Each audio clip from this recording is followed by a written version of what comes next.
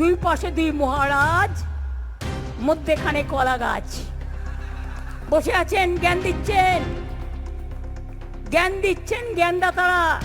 কি করতে গেছিলেন? চুরি করতে? আগেও তো সব নিয়ে গেছেন। এবার ভরা মঞ্চে রচনা ব্যানার্জিকে তুলোধনা করলেন মমতা ব্যানার্জি। তৃণমূলে চুরি করে পালিয়ে গিয়েছে বিজেপিতে। কেন বিজেপিতে গিয়েছে রচনা? তবে কি সেখানেও চুরি করতে গিয়েছেন? এমনই প্রশ্ন তুলেছেন মমতা ব্যানার্জি। এমনকি ব্যঙ্গ করে মমতা ব্যানার্জি এও বলেন, দুই পাশে দুই মহারাজ, মধ্যেখানে কলা গাছ।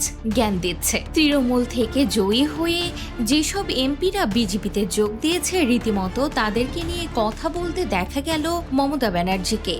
এমনকি আর দলে তাদেরকে নেবেন না। শোনা যাচ্ছে রচনা থেকে সায়নী ঘোষ, বিজেপি থেকে তাদের বিতাড়িত করা হবে। তবে কি তৃণমূলে ফিরতে পারেন তারা? এরই জবাবে মমতা ব্যানার্জির কড়া হুঁশিয়ারি, আর কখনোই দলে নেবেন না গাদ্দারদের, বেমানদের। তৃণমূল থেকে চুরি করে এবার বিজেপিতে গেছে চুরি করতে, সরাসরি এমনই কথা বলেন মমতা ব্যানার্জি। তো ভিউয়ার্স, আপনাদের কি মনে হয়, রচনা ব্যানার্জি কি সত্যি এবার বিজেপিতে চুরি করতে গিয়েছেন? কি মনে হয় অবশ্যই কমেন্ট করে জানাতে ভুলবেন না। কি করতে গেছিলেন? চুরি করতে?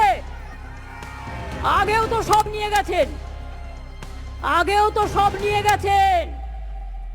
তো কি করতে গেছিলেন? লুট করতে? আমাকে বলছে আমি নাকি বই চুরি করেছি। সাহস থাকলে প্রমাণ দিতে হবে, তা নাহলে নাকে খত দিতে হবে। এমন দুঃসময় আসেনি আমার যে আমাকে লাইব্রেরির বই চুরি করতে হবে। আমি কয়েকটা লাইব্রেরি তৈরি করে দিতে পারি। এমন কোন লেখক লেখিকা নেই যার বই আমার বাড়িতে নেই। আজকে না, আমি 7 বারের এমপি, আমি 4 বারের সেন্ট্রাল মিনিস্টার।